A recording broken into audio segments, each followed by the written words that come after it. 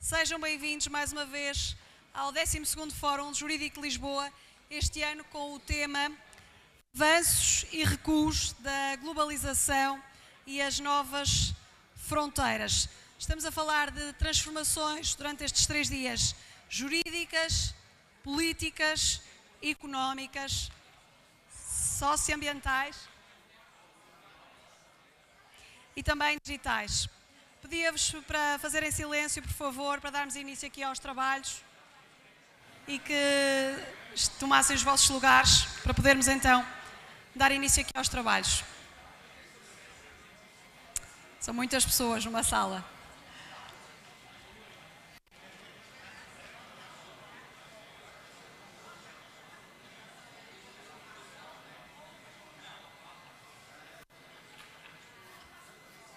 Pedia-vos então silêncio para darmos então início a esta sessão, já agora na Faculdade de Direito de Lisboa, neste 12º ano de Fórum Jurídico de Lisboa. Ainda antes de iniciar, também gostava de dar conta que, obviamente, é presencial, com esta sala bastante cheia que aqui está, mas também é um encontro que está a ser transmitido online e que todos podem transmitir e ver a partir do YouTube do Instituto Brasileiro do Ensino. Ora, este fórum é, antes de mais, uma realização da Lisbon Public Law, do Instituto de Ciências Jurídico-Políticas desta Faculdade de Direito da Universidade de Lisboa, também do Instituto Brasileiro de Ensino, Desenvolvimento e Pesquisa e da Fundação Getúlio Vargas, por meio do FGV Justiça. Este fórum acontece, como dizia eu há pouco, todos os anos, com o intuito de debater as grandes questões do direito no Estado contemporâneo, a partir do diálogo com o sistema jurídico português. Aproveitamos também esta oportunidade para agradecer o comparecimento e, claro está, a participação das autoridades, dos juristas, dos especialistas e da comunidade académica neste evento. Ora, este painel, como devem saber, chama-se Infraestrutura na Economia Global. À altura para chamar até aqui ao palco para um dos palestrantes, o excelentíssimo Sr. Tarcísio de Freitas, Governador do Estado de São Paulo. Uma salva de palmas, por favor.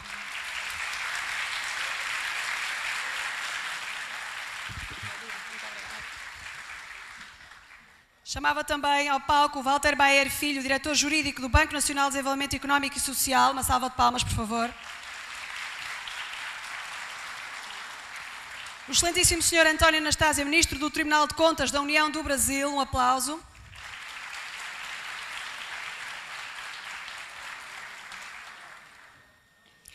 E também, bom dia. E também o excelentíssimo Sr. Pedro Infante Mota, professor da Faculdade de Direito da Universidade de Lisboa.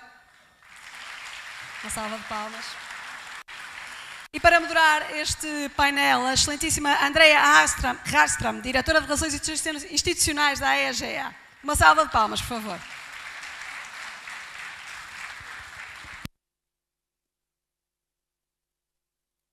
Desejo-vos uma boa palestra e passo a palavra à moderadora deste debate.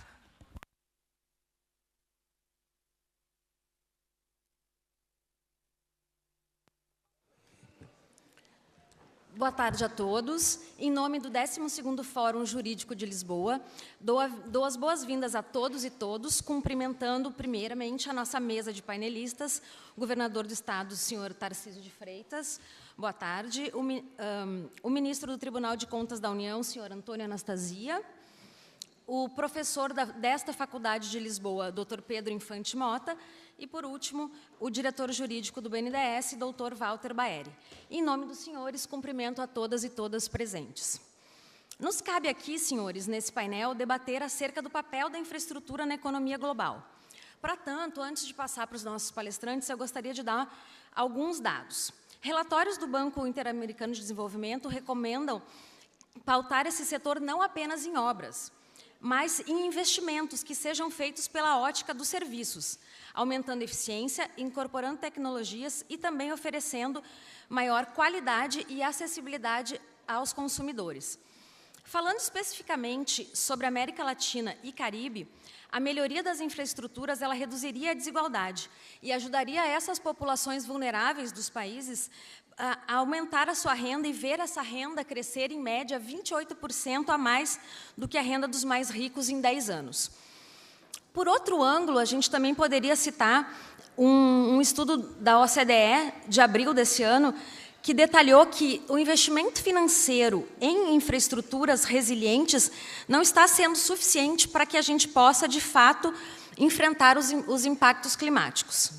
Com esse cenário cada vez mais crítico, a OCDE nos diz: será necessário um investimento de 6,3 trilhões de dólares ao ano para que os países possam cumprir com os objetivos do desenvolvimento sustentável.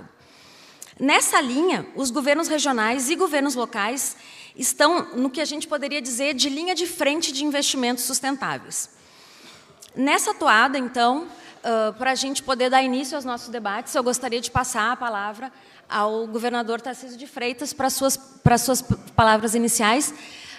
Gostaria de deixar um tempo de 10 minutos, se possível, nesse primeiro momento, tendo em vista que a gente tem aqui um longo de painéis depois da tarde, então, se possível, a gente se atentar aos 10 minutos. Obrigada. Bom, muito obrigado. Bom dia a todos. Bom dia ainda, né? Acho que ninguém almoçou. Depois a gente entrega o jejum. Queria cumprimentar meus companheiros de painel, dizer que é uma grande satisfação, uma grande alegria estar aqui para falar desse tema tão importante, que é o papel da infraestrutura global, e aí fazer algumas reflexões. Eu acho que eu não tenho nenhuma certeza, tenho, na verdade, muitas dúvidas, e vamos tentar colocar um pouco dessas dúvidas aqui. Primeiro, eu acho que vale a pena falar, já que a gente falou um pouco de dados da América Latina, vamos falar um pouco do Brasil. E o Brasil, nos últimos anos, vem passando por transformações importantes, vem passando por um processo realmente de reformas muito forte. A gente pode ver o que aconteceu a partir de 16 para cá. Eu diria que a gente saiu de uma era anti-business, ingressou numa era pro-business, com a aprovação de uma série de reformas que tem dado lastro para a economia. E uma coisa que a gente ganhou muito foi governança na estruturação de projetos. Aquilo que era problema no passado, que era a estruturação de projetos, deixou de ser um problema. Nós passamos a desenvolver modelos extremamente sofisticados. Modelos que passaram a entender os riscos percebidos pelos investidores internacionais, passaram a entender riscos como o risco de demanda, o risco de câmbio, e esses riscos foram traduzidos em medidas, em respostas, em mitigação dentro dos projetos, e é por isso que de uns anos para cá a gente teve uma resposta avassaladora no que diz respeito à contratação de projetos e à presença de investidores aqui de forma cada vez mais forte. De qualquer maneira, nós temos ainda muitos desafios. Mesmo com todo o caminho que nós trilhamos, nós passamos aqui por uma aprovação de marco de cabotagem, nós passamos por uma aprovação de marco das ferrovias, nós passamos pela aprovação do marco do saneamento, que é um grande divisor de águas na nossa história, mas os desafios permanecem. E um dos desafios é, sem dúvida, a questão do financiamento. Como a gente vai fazer para mobilizar capital, para dar resposta a uma demanda tão grande por infraestrutura? A gente sabe o quanto a infraestrutura demanda capital e é fundamental que a gente alie capital público e capital privado. Do ponto de vista de capital público, é necessário preparar o Estado do ponto de vista fiscal para que a gente tenha o fôlego necessário para fazer o investimento. Então, medidas como desindexação do orçamento, desvinculação de receitas, reformas que de fato se traduzam em redução de custos são fundamentais para que a gente tenha o estoque e o fôlego para fazer o investimento em infraestrutura.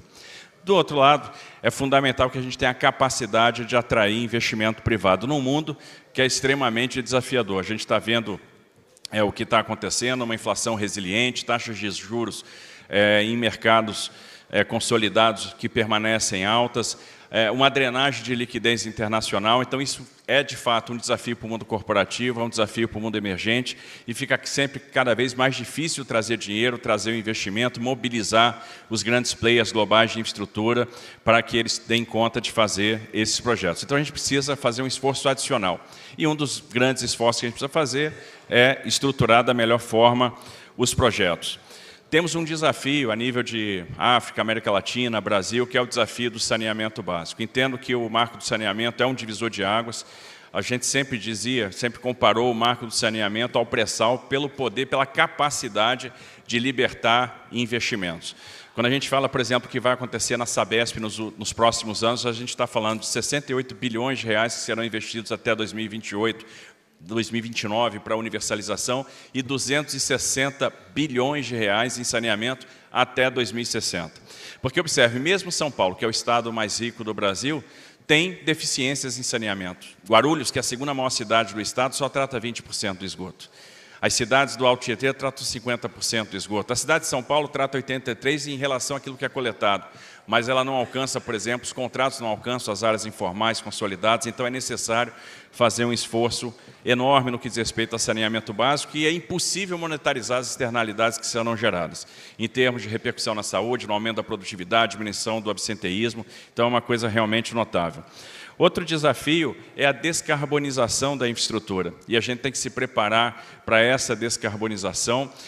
Isso vai requerer um esforço fundamental, principalmente investimentos no campo da mobilidade urbana, na substituição, na troca da matriz de transportes. A gente tem visto nos últimos anos no Brasil o incremento da cabotagem, o incremento das ferrovias, e estamos procurando, por exemplo, em São Paulo, dar impulso ao transporte ferroviário e metroferroviário. Então, a descarbonização é algo fundamental.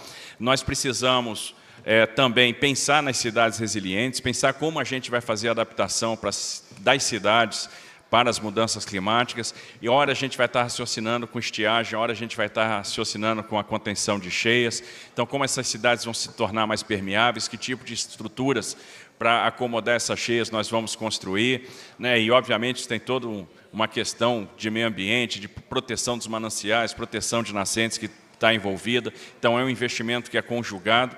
Por outro lado, preparar as cidades para as estiagens.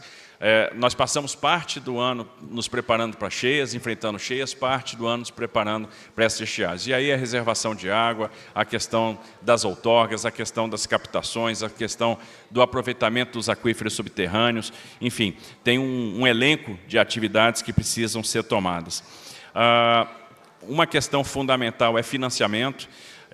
Acredito que no Brasil, a aprovação recente da nova lei de debêntures é um avanço importante, né, a partir do momento que ela permite a emissão de debêntures de infraestrutura em moeda estrangeira, segundo as regras do país de origem, sem withholding tax no retorno do capital, mas nós precisamos dar um passo importantíssimo se a gente quiser trazer mais capital, se a gente quiser mobilizar mais players, e a gente não pode esquecer que ao longo que o tempo vai passando, os nossos players vão ficando cada vez mais impactados, eles vão se dedicando a projetos, eles vão ficando mais alavancados e com menos capacidade de entrar em novos projetos. Então, é fundamental que a gente tenha a capacidade de trazer players novos para o Brasil, e aí a migração do Corporate Finance para o Project Finance é um passo fundamental, e eu tenho certeza que as instituições financeiras serão fundamentais para que a gente possa dar esse passo.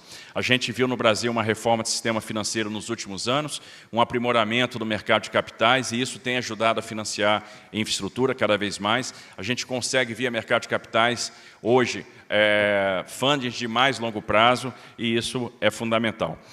E uma coisa importante é como a gente vai se preparar para aquilo que vai gerar riqueza para as nações no futuro próximo. Que tipo de infraestrutura que nós vamos promover para aproveitar a economia do conhecimento, que é algo que vai crescer muito. A gente já está vendo esse fenômeno, por exemplo, no estado de São Paulo, a gente está vendo cada vez mais o investimento em estruturas para computação em nuvem, e a gente precisa formar as pessoas para isso e desenvolver a infraestrutura, e basicamente a infraestrutura de disponibilidade, oferta hídrica, a infraestrutura de disponibilidade de energia. Esses mercados vão procurar energias cada vez mais limpas, e aí o esforço, né, de mudança da matriz energética é fundamental. E o Brasil, por exemplo, tem um potencial enorme para liderar um processo de transição energética, para aproveitar, né, todas as vantagens que a bioenergia pode nos fornecer, aproveitar o biometano, a biomassa, aproveitar o hidrogênio verde, aproveitar o biogás, né, aproveitar o combustível sustentável de aviação e assim por diante. E, obviamente, quando a gente fala em infraestrutura, não basta falar na infraestrutura em si, na obra, mas sim também na agregação de tecnologia, nos sistemas inteligentes, na agregação de valor, naquilo que vai proporcionar uma melhor prestação de serviço. Então, em síntese, talvez fossem esses alguns dos principais pontos ou algumas das principais reflexões que a gente deixa aqui. Muito obrigado pelo convite, pelo honroso convite, é uma alegria estar aqui.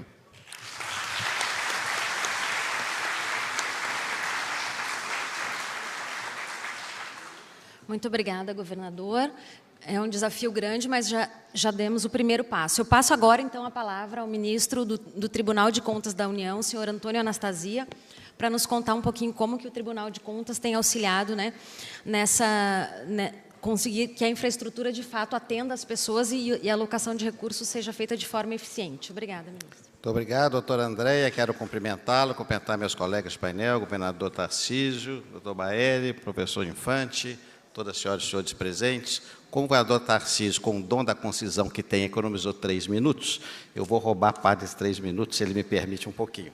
E queria, em primeiro lugar, dizer da relevância do tema da segurança, evidentemente, dentro desse aspecto relativo à infraestrutura, que é a segurança jurídica, que está inserida dentro do tema que nós vamos colocar aqui. Mas, antes disso, me permito dizer que a questão da infraestrutura, e o governador Tarcísio foi ministro da pasta, sabe bem que está no nosso DNA, na nossa genética humana.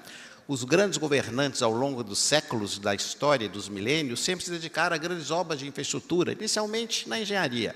E eu me permito, em homenagem à doutora Andréia, lembrar a grande cisterna de Constantinopla, por exemplo, ou o sistema de esgotamento sanitário de Roma, hoje objeto até de turismo, e dizer que, ao longo de toda essa nossa evolução, nós nos focamos muito na importância da infraestrutura, que é claro que evoluiu muito, da engenharia para questões muito mais modernas e odiernas, como hoje se refere a energia, telecomunicações, transmissão de dados, logística, que passou a ser um sinônimo fundamental econômico para a questão da infraestrutura, estão todos sob o mesmo palio da necessidade de uma atividade muito robusta que coordenasse poder público e o setor privado para, de fato, oferecermos condições de desenvolvimento a um país. E dentro dessa visão, pois, de evolução, o que seria idealmente o que havia idealmente no passado? Que o poder público, de per si, tivesse condições de realizar a infraestrutura. Isso, lamentavelmente, não ocorre mais, lamentável ou positivamente. É imprescindível que nós tenhamos a necessidade de uma parceria estreita com o setor privado para que a infraestrutura seja realizada de modo eficaz no país.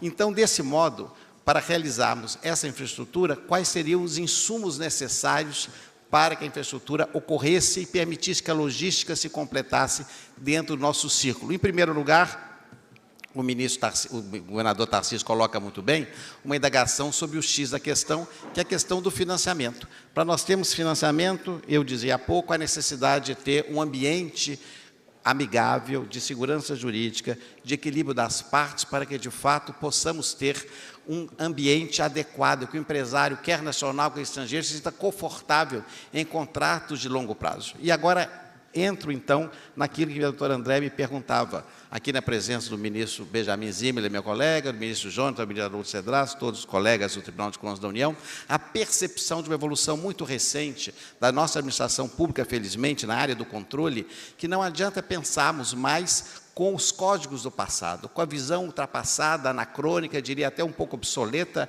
e esclerosada, de que o controle se faz tão somente pelas questões formais. Não. O mais importante agora, e na infraestrutura isso assume um caráter tão importante, é vital que se observe o resultado da ação governamental, a eficácia e efetividade daquilo que foi pretendido realizar. Como há uma parceria necessária com o setor privado, a figura da regulação e do controle assume, evidentemente, as duas figuras assumem um papel precípio dentro do novo ordenamento do que significa um bom desempenho da infraestrutura em parceria do setor público com o setor privado. Então, tendo regulação e tendo controle harmonizados, nós passamos a ter essa visão moderna. E essa visão moderna, volto a dizer, não será mais aquela tão somente procedimental, ritualística, de solenidade, os aspectos formais, não. É fundamental nós abrirmos com um bisturi muito fino aquele contrato administrativo de concessão, aquela delegação realizada e se observar qual é o verdadeiro desiderato daquele objetivo. O serviço público ali colocado tem por meta atingir qual tipo de cidadão, com qual prazo e com quais condições. Então, é exatamente dentro dessa visão que nós evoluímos, felizmente, no Brasil, numa questão extremamente, como eu disse, formal do controle, para algo muito mais material. E, por isso, a administração pública, o Tribunal de Contas da União, inserido dentro desse contexto, tem se esforçado muito, juntamente com o Congresso Nacional, que tem apresentado leis nesse sentido, com o objetivo de termos um ambiente, como eu disse há pouco, que favorecerá o financiamento, um ambiente muito mais adequado para que contratos de longo prazo tenham, de fato, a percepção da sua adequada evolução. Um contrato de 30 ou 40 anos, que no passado, no século XIX, durava 30, 40 anos, agora também dura 30, 40 anos. Só que os 30 e 40 anos de hoje são completamente distintos dos 30, 40 anos de 50 anos atrás. Eles passam muito mais rápidos, não sob o ponto de vista cronológico, é óbvio, mas sob o ponto de vista das modificações que a sociedade exige do serviço que lhe é prestado. Então, a administração tem de estar preparada, adequada, extremamente ousada e criativa para fazer face a esses desafios. E essas alterações, portanto, que o controle fará, não deve se reter exclusivamente em questões questiúnculas, questões bizantinas, menores, que se prendem, de fato, àquilo que se refere à forma, mas muito mais ao objeto contratado e a qual seria a grande meta a ser realizado pelo poder público. Então, esse ponto é que é fundamental a ser observado e realizado dentro dessa visão do Tribunal de Contas. Felizmente, nós temos apostado em duas ideias forças novas, a ideia do consequencialismo e do consensualismo, como todos sabem. A ideia do consensualismo, ela tem avançado de tal modo no âmbito do controle externo que o Tribunal criou uma Secretaria de Consenso com esse objetivo, exatamente de compor o entendimento das partes e permitir que o Tribunal evolua para identificar pontos de concisão e pontos de equilíbrio para que aquele determinado serviço público seja realizado. E diria ainda mais, doutor André, que a nova lei de licitações e contratos administrativos tem um diálogo muito próximo com essa visão, na medida que não só estimula as formas de arbitragem e composição do conflito, mas mais do que isso, quando estimula o planejamento e a governança, ela sinaliza de fato que o controle tem de verificar agora alguns aspectos extremamente inovadores, que são os aspectos necessários à realização da finalidade do poder público. É essa alteração que nós estamos vivendo agora. Eu diria até que é uma nova era do controle externo, mais ousada, com mais resultados e menos preso àqueles procedimentos mais tradicionais. É claro que existem resistências, existem dúvidas, existem indagações, existe má compreensão ainda de alguns segmentos, mas o objetivo principal é exatamente identificar como o controle externo e o Tribunal de Contas, juntamente com seus pares dos Estados, compõem esse universo, podem permitir que esse ambiente favorável e necessário para que o financiamento ocorra, como bem lembrou o governador, e que venha se somar a toda mudança do arcabouço legal que o Brasil fez e essas necessidades hemorrágicas que temos de infraestrutura e que possamos, de fato, apresentar um plano robusto de desenvolvimento. E esse ambiente saudável passa por um controle que não seja considerado um inimigo, mas, ao contrário, seja considerado um aliado no sentido não de passar a mão sobre a cabeça do gestor irresponsável, que age com fraude, com dolo, ou com erro grosseiro, que, é claro, será punido na forma da legislação, mas compreender que, muitas vezes, as suas circunstâncias, as suas agruras, levarão à necessidade de modificarmos a compreensão daquilo que está escrito em um contrato que foi feito 10, 15 anos atrás, em outra circunstância. A ocorrência, a superveniência da pandemia foi a prova cabal que essas modificações ocorrem. Então, desse modo, eu gostaria de concluir dizendo isso, que a necessidade de uma infraestrutura considerada elemento basilar para termos uma logística que permita o nosso desenvolvimento, pressupõe esse ambiente de segurança, de satisfação, um ambiente amigável. E esse ambiente necessita de vários insumos, e um desses insumos é exatamente um controle externo, que eu diria propositivo, um controle externo que permita, de fato, avançarmos positivamente e não nos prendermos exclusivamente, como o foi em passado mais remoto, a questões meramente formais e procedimentais. Muito obrigado.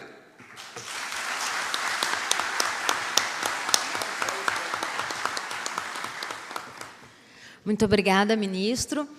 Eu passo agora, então, a palavra ao professor Pedro Infante Mota. Professor Pedro, conhecendo um pouquinho, então, agora a visão do Brasil, se o senhor pudesse, por favor, nos trazer a visão de Portugal. Muito obrigado. Antes de mais nada, quero cumprimentar os organizadores deste Fórum Jurídico, o professor Carlos Branco Moraes, meu colega, em especial. Endereçar também as boas-vindas a todos os presentes. Já dei aqui muitas palestras, mas nunca vi este auditório tão cheio, que é bom sinal. Falaram aqui e também quero cumprimentar os meus colegas de mesa, peço desculpa, em especial. Falaram aqui em velocidade, falaram aqui em descarbonização. É, de facto, aspectos muito importantes. Para vocês terem uma ideia, enfim, quando Constantinopla caiu, em 1453, o Papa, só 40 dias depois é que soube, enfim, que Constantinopla tinha caído. Hoje em dia, um míssil balístico demora a cruzar o Oceano Atlântico, apenas 30 minutos. E, portanto, nós vivemos, de facto, num mundo de velocidade e confusão, não é? E, hoje em dia, vejam, tudo o que se falou aqui e que se vai falar neste Fórum Jurídico vai depender muito da relação entre os Estados Unidos e a China. E fala-se muito em geoeconomia, hoje em dia. Geoeconomia, veja, é um termo relativamente recente, aparece apenas em 1990, um professor, Eduardo Luttwak, mas geoeconomia é um termo já muito antigo. Se vocês lerem aquele que é provavelmente o maior historiador de sempre, o Tucídides, ele já dá vários exemplos de geoeconomia. Ele, por exemplo, fala daquele que é o primeiro uso conhecido do comércio como arma, o chamado Decreto de Mégara, 432 a.C., vejam bem. O que é que aconteceu? Aconteceu que, de facto, Antenas impôs, enfim, um bloqueio aos produtos de Mégara, impedindo que eles tivessem acesso aos portos da Liga de Delos, à Liga Anteniense, o Império, e ao porto de Atenas. Como vocês devem calcular, Mégara era aliada de Esparta, tinha uma posição geográfica muito importante e Atenas tinha uma economia consideravelmente maior que de Mégara. Como é óbvio, Mégara sofreu muito mais. Como diz um autor, praticamente Mégara ficou isolada do mundo. Geoeconomia. Vamos falar então um bocadinho sobre isto. Vejam, é um termo muito antigo e aqui temos de ter em atenção que, de facto, a descarbonização vai depender muito, por exemplo, da relação entre os Estados Unidos e a China. Eu há pouco tempo li um artigo muito interessante que dizia: não podemos superar a crise climática e chegar a zero emissões líquidas de gases com efeito estufa sem comércio. Precisamos do comércio para levar tecnologia e serviços de baixo carbono a todos os lugares onde são necessários. Para dar um exemplo, o preço da energia solar caiu quase 90% desde 2010 e 40% deste declínio resultou de economias de escala tornadas possíveis em parte pelo comércio e pelas cadeias globais de valor. Portanto, esta questão vai ser, de facto, muito importante. E aqui temos um contraponto. Temos aquilo que já ouvimos falar muita vez, que é a chamada mentalidade soma zero do mercantilismo, em que, de facto, a riqueza era estática e o comércio internacional limitava-se a transferir riqueza de um país para o outro. E, portanto, havia uma concepção estática, e esta concepção estática traduziu-se, no fundo, em quê? Em intensas rivalidades comerciais. Para vocês terem uma ideia, essas rivalidades comerciais degeneraram, regra geral, em guerras militares. Nos séculos XVI, XVII e XVIII, a Espanha esteve em guerra cerca de 240 anos. Vejam, em 300 anos, esteve em guerra 240 anos. O Reino Unido e a França, cerca de 150 anos. Ora, contraponto, de facto, a esta mentalidade soma zero, nós temos a Revolução Industrial. A Revolução Industrial, o aproveitamento, enfim, das novas forças de produção, nomeadamente o vapor, vai demonstrar que a riqueza era expansível e que todos os países poderiam lucrar com o comércio internacional, ainda que não em igual medida. Por isso é que se diz que o livre-cambismo é uma teoria otimista. Agora vejam, vocês podem me dizer, pois é, o livre-cambismo é uma teoria otimista, mas o mundo, de facto, hoje em dia está-se a tornar particularmente polarizado e nós estamos a assistir claramente à criação de dois grandes blocos. Isso, no meu entender, enfim, coloca uma questão muito importante. Porque tudo o que vai ser dito neste Fórum Jurídico vai depender muito, como eu disse logo no início, da relação entre os Estados Unidos e a China. E vejam, será que nós vamos assistir à Terceira Guerra Mundial? Enfim, é uma questão que, no meu entender, dificilmente acontecerá. Uma vez perguntaram ao Einstein, enfim, um dos maiores cientistas sempre, como é que seria a Terceira Guerra Mundial. Ele respondeu: a terceira não sei, a quarta vai ser com paus e pedras, porque o grau de destruição seria de tal ordem que, de facto, enfim, dificilmente o mundo sobreviveria. E, portanto, hoje em dia, um aspecto que nós temos de ter em certeza, e por isso é que eu acho que o comércio internacional é, de facto, muito relevante, é que não há vencedores, não há lucros numa guerra nuclear.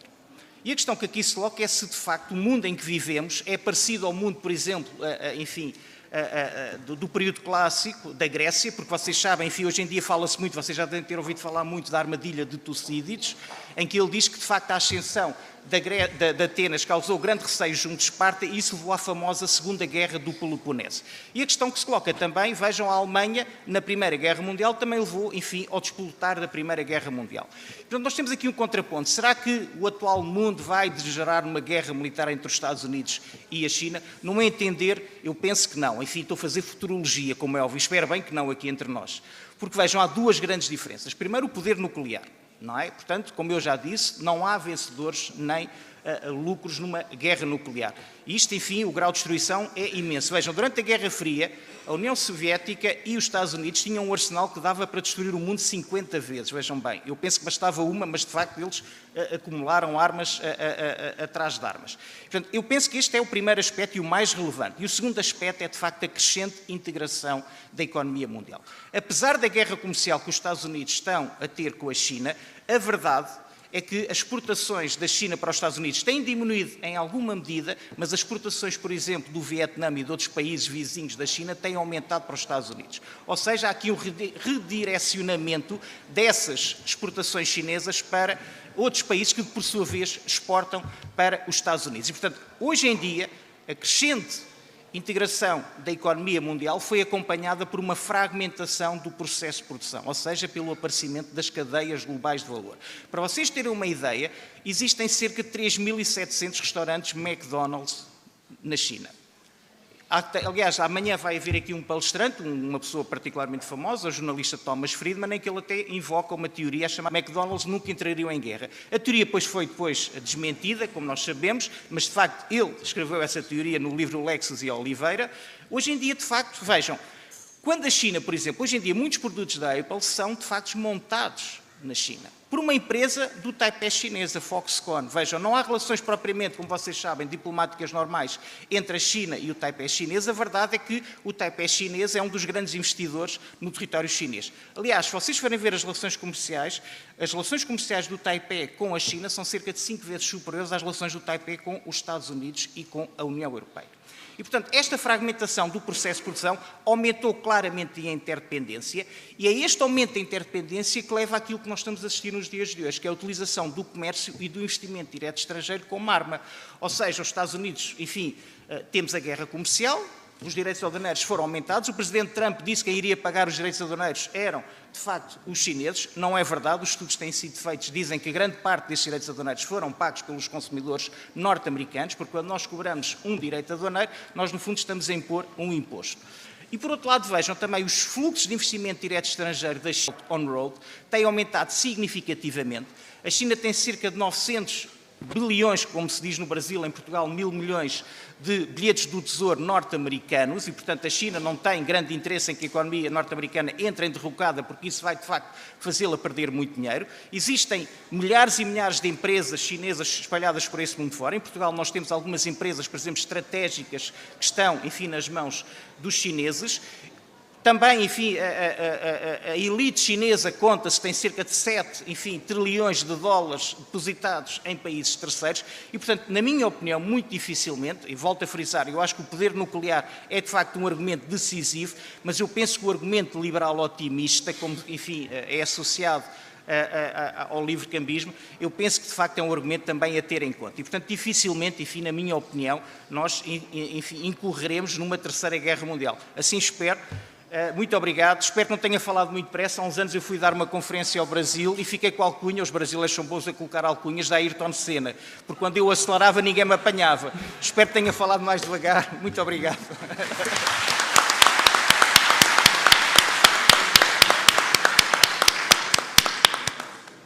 Muito obrigada, professor Pedro. Claro, falou na velocidade adequada. Eu passo agora a palavra para o Dr. Walter Baeri, diretor jurídico do Banco de Desenvolvimento. Dr. Walter, conta um pouquinho, então, para a gente como é que o banco tem pensado a infraestrutura resiliente e a infraestrutura que também pensa nas pessoas. Boa tarde a todos. Primeiro, cumprimentar aqui o ministro Antônio Anastasia. O Tribunal de Contas da União tem sido um parceiro muito presente e constante do BNDES, possibilitando que a gente melhore os nossos processos internos de governança para a gente investir de forma cada vez mais eficiente em infraestrutura da qual o Brasil tanto precisa para crescer. Em nome de quem eu cumprimento também os demais membros do Tribunal de Contas da União aqui presentes, ministro Zimmerler, ministro Jonatas e ministro Cedrais, que abrilhantam esse evento. Também cumprimentar o professor doutor Pedro Infante Mota, e agradecer os palestrantes pelas falas, também o governador Tarcísio de Freitas. E cumprimento aqui a doutora Andréia, em nome de quem eu cumprimento todas as mulheres que fazem parte aqui. do evento. Falar de infraestrutura no contexto atual, no mundo, demanda uma primeira reflexão, que é uma reflexão de realismo climático. Não é possível falar em investimento em infraestrutura sem levarmos em consideração a realidade que os eventos climáticos extremos eles vão ser cada vez mais intensos e cada vez mais frequentes. Para ilustrar um pouco, ano passado, no mesmo Rio Grande do Sul, tão assolado esse ano pelas enchentes, o BNDES foi chamado para prestar apoio e socorro às cooperativas de crédito rural em razão de uma forte estiagem que lá tinha ocorrido. Acabou o suporte para a estiagem, foi outro diretor ao visitar o Rio Grande do Sul para as chuvas do ano passado, que já foram bastante graves em muitos municípios do Rio Grande do Sul. E agora, essa devastação, esse cenário desolador que vai exigir um esforço de reconstrução enorme de toda a infraestrutura e os equipamentos públicos. Então, nada melhor para ilustrar o tamanho do desafio que a infraestrutura no mundo todo vai passar a enfrentar. E aí o mundo todo está de mãos dadas, porque esses eventos vão acontecer globalmente, como já tem ocorrido. Tratar de realismo climático é tratar também de uma infraestrutura que precisa acompanhar a necessidade de transição da matriz energética global e descarbonização da economia, que vai gerar uma oportunidade de geração de emprego, e para o Brasil, em especial, que tem uma matriz e uma produção elétrica em mais de 83% limpa e renovável, a gente pode ajudar o mundo a se reindustrializar de forma muito mais sustentável. A gente pode ser uma base exportadora de energia limpa e renovável para as cadeias produtivas globais. Isso pode ser uma solução brasileira para o mundo. E também, o terceiro desafio que se coloca para a infraestrutura é a mudança do paradigma tecnológico.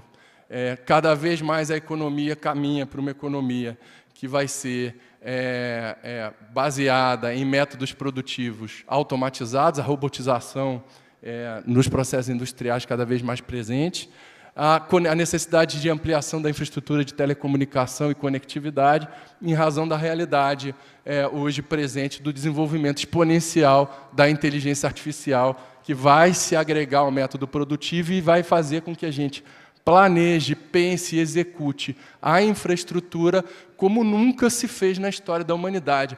Até hoje, precisava de grupos de técnicos bastante especializados para projetar, desenvolver, desenhar, e cada vez mais o auxílio da inteligência artificial vai potencializar a realização desses projetos de infraestrutura e vai se aderir a toda a etapa de planejamento e execução dessa nova infraestrutura, que precisa ser resiliente, precisa ser reconstruída periodicamente em razão desses eventos e precisa agregar todos esses valores para a gente refletir um pouco do tamanho do nosso desafio.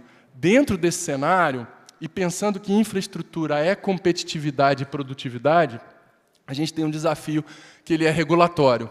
Ao mesmo tempo que a regulação precisa ser estável o suficiente e os contratos respeitados para a atração de investimento, é preciso ter uma agenda regulatória permanente e em debate permanente que seja flexível o suficiente para absorver essas necessidades de alteração de todas as etapas, desde o planejamento do projeto até a execução das obras de infraestrutura, agregando todos esses valores e essas alterações das cadeias produtivas. Falando um pouco sobre o Brasil, o tamanho do nosso desafio, em 2023, comparando a 2022, nós crescemos 20% em investimento em infraestrutura no Brasil.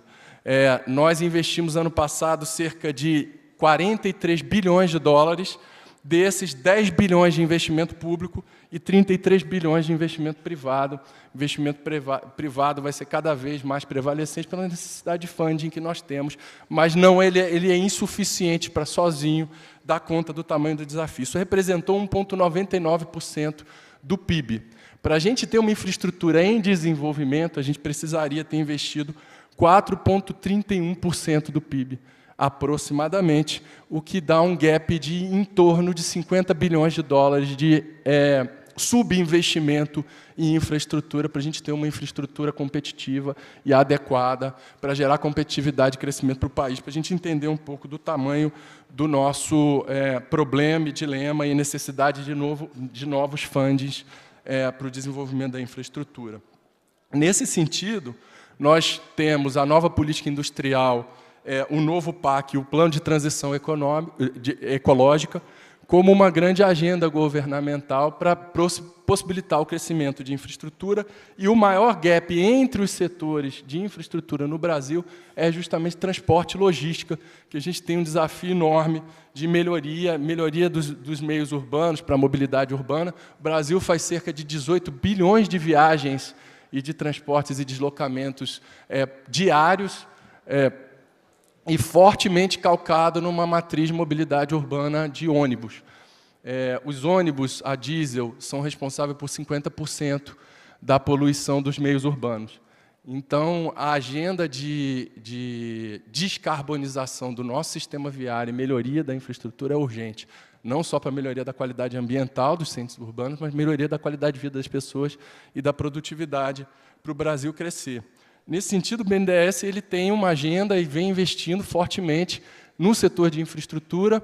Nós investimos desde 2014 cerca de 35 bilhões de dólares em energia renovável, que faz do BNDES, reconhecidamente pela Bloomberg, ser a instituição financeira que no mundo mais apoiou projetos de energia e de infraestrutura.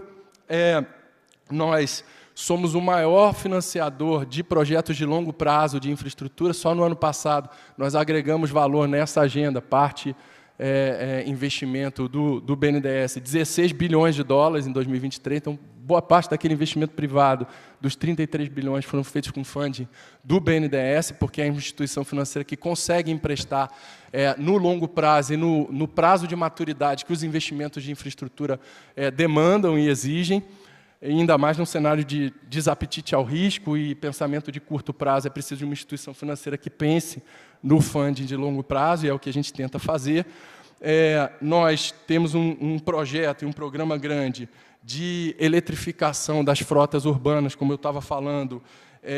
Nós já investimos para 13 mil novos ônibus no município de São Paulo, 500 milhões de dólares ano passado, aprovamos em financiamento, mas é 10% da frota de ônibus do município de São Paulo, para você ter ideia do tamanho da transição e do tamanho do investimento que a gente precisa fazer.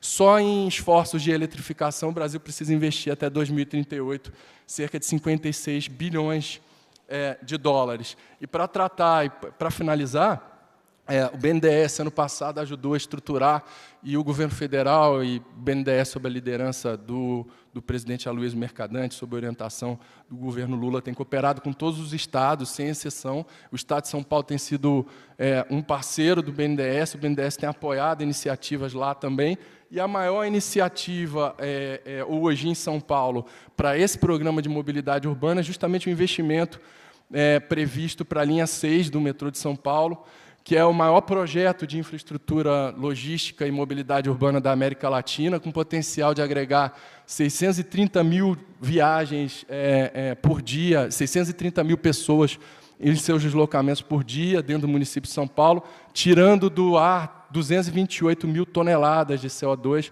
O investimento só do BNDES nesse projeto foi de 1,4 bilhões de dólares, e esse projeto foi premiado até internacionalmente, ganhou o prêmio de melhor estruturação de projeto pela Latin Finance, e o BNDES vai apoiar, independentemente da linha ideológica. Acho que o Brasil tem um momento que precisa dar as mãos para a gente avançar nessa agenda, ser mais competitivo, mais resiliente, ecologicamente sustentável. Muito obrigado.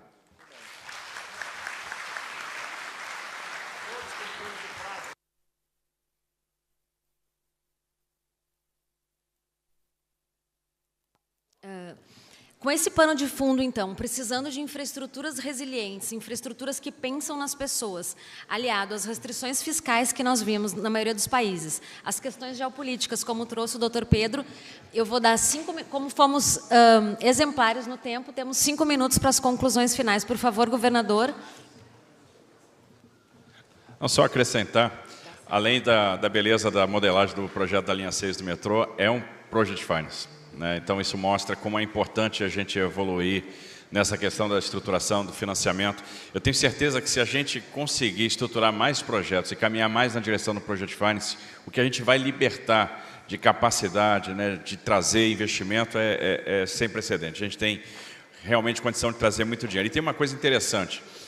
O cenário hoje é extremamente negativo, é extremamente desafiador, com o juro americano alto, etc., mas a gente está empossando dinheiro, a gente está fazendo reserva de liquidez. Em algum momento, quando a situação virar e a gente tiver a redução da taxa de juros, a gente tiver uma situação mais favorável, essa liquidez vai ser liberada. E se a gente tiver capacidade de apresentar bons projetos, nós vamos poder absorver boa parte dessa liquidez. Então, a gente tem que estar atento a essa oportunidade. Eu acho que tudo que tinha para falar aqui já foi dito. Eu tenho certeza que estamos caminhando na direção certa. O Brasil será líder nesse processo de transição energética e precisa ser, tem potencial para isso.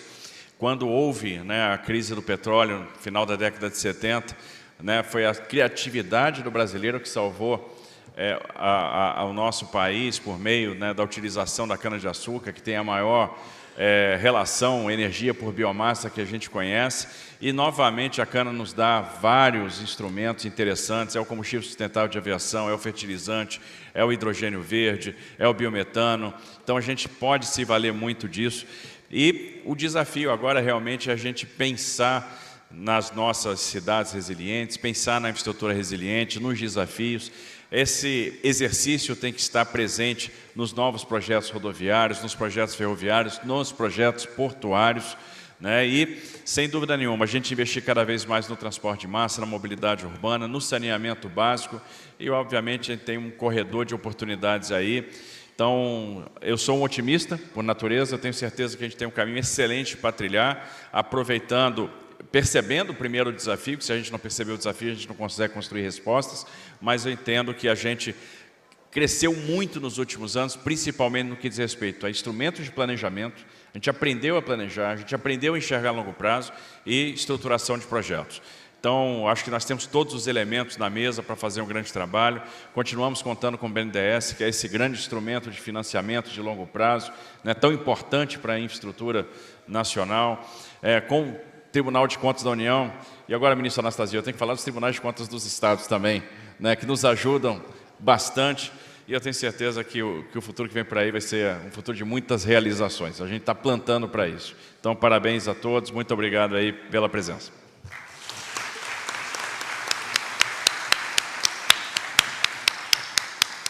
Ministra Anastasia, por gentileza, suas considerações finais. Em primeiro lugar, eu queria cumprimentar a nós mesmos da mesa, uma mesa pontualíssima, extremamente rigorosa no horário. A doutora Andréa nos inspirou esse cuidado. Dizia Luís XV que a pontualidade é a cortesia dos reis. Então, nós estamos aqui bem reais.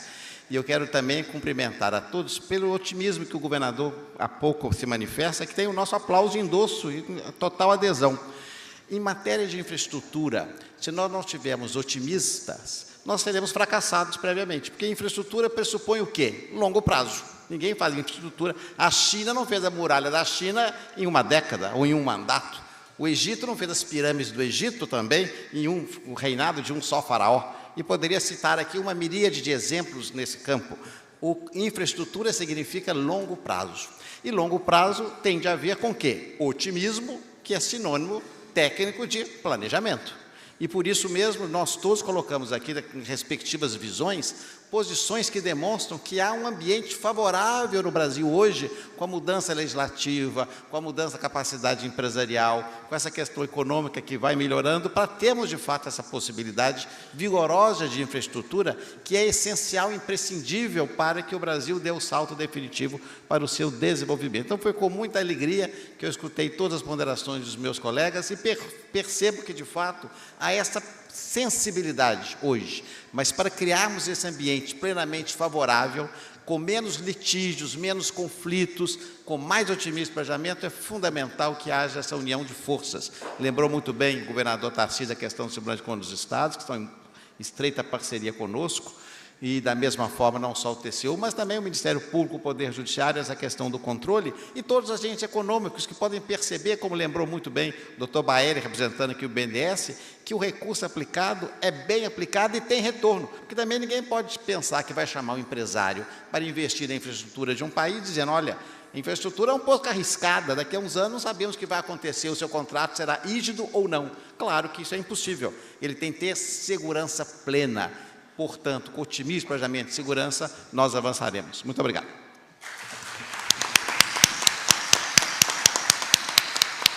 Obrigada, ministro. Professor Pedro, por gentileza. Muito obrigado. Não vou falar muito mais, estamos todos já com alguma fome.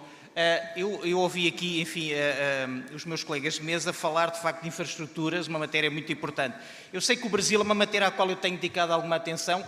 Eu sei que o Brasil, neste momento, está a negociar, enfim, a adesão ao acordo sobre contratos públicos da Organização Mundial do Comércio. Eu sei que houve já ofertas, 3 ofertas, depois foram retiradas, o processo de adesão não foi interrompido e sei que o presidente Lula, ou a administração do Lula, ponderou, de facto, que o Brasil invocasse o artigo 5º desse acordo e aderisse como país em desenvolvimento.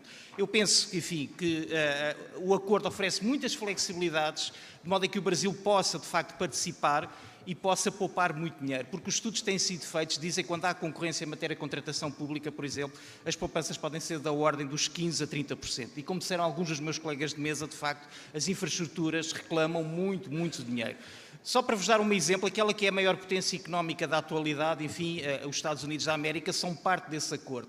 E não vos passa pela cabeça a quantidade de isenções que eles expõem, porque conseguiram, de facto, negociar essas isenções. O Brasil poderia perfeitamente fazê-lo. Só para vos dar alguns exemplos, por exemplo, eles têm uma emenda que é chamada emenda Berry, de 1941, que diz que o exército norte-americano só pode usar fardas de fabrico norte-americano e os alimentos têm que ter uma origem 100% norte-americana. Há exceções, como é óbvio, quando, por exemplo, estão no estrangeiro, aí, de facto, não têm que alimentar-se apenas de produtos de origem norte-americana. Tem outra muito interessante, que é o Buy America Act, de 1982, que diz que o aço e o ferro usados em projetos de infraestruturas têm que ter uma origem 100% norte-americana.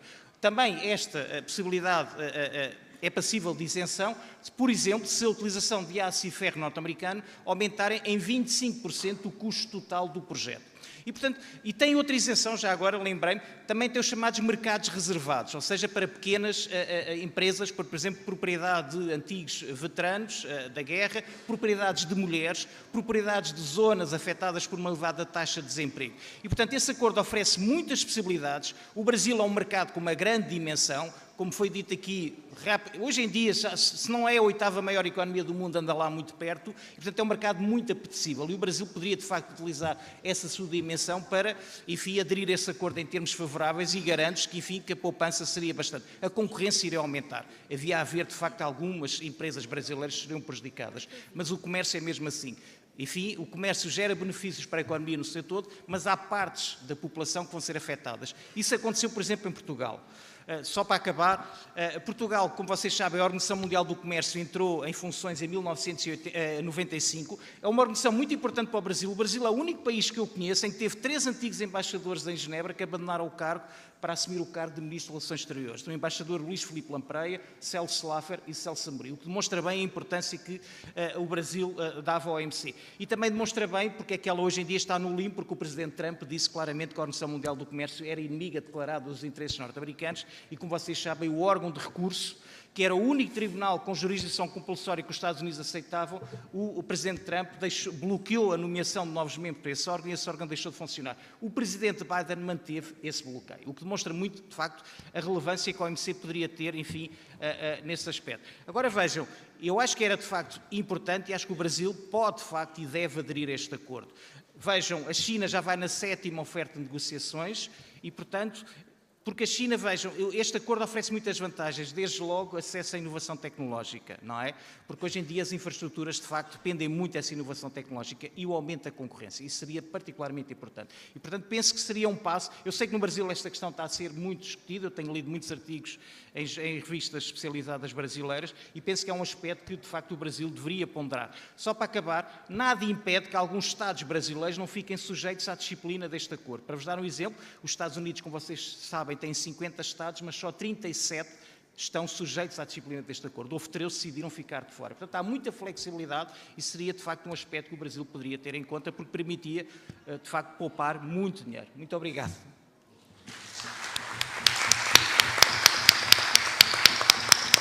Obrigada, professor Pedro. Dr. Walter, por gentileza.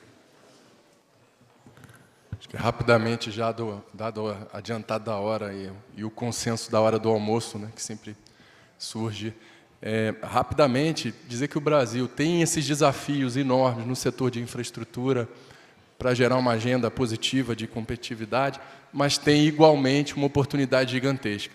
Nós temos, falando um pouco, dialogando com o professor Pedro Infante, sob a perspectiva da geoeconomia, o Brasil está bem posicionado. Nós temos instituições sólidas, temos um país estável, temos condições, uma matriz energética e bases naturais muito favoráveis aos investimentos que o mundo precisa, e o Brasil pode definitivamente, se houver capacidade de planejamento e execução suficiente, ser a primeira potência ambiental do mundo. Nós podemos ser a primeira potência ecologicamente sustentável da humanidade, e isso pode representar uma oportunidade para todos os brasileiros e brasileiras, e acredito que quem apostar contra o Brasil vai perder. Essa é a minha crença e a minha aposta, porque nós temos condições naturais, pessoais e desenvolvimento muito grande. O BNDES tem apoiado atualmente em projetos ativos, nós temos mais de 2.000 projetos de infraestrutura em andamento e em execução junto ao banco. Então, nós temos, sim, as instituições e as capacidades necessárias para fazer um bom planejamento e projetar um país e desenhar o desenvolvimento que a gente tanto anseia. Muito obrigado.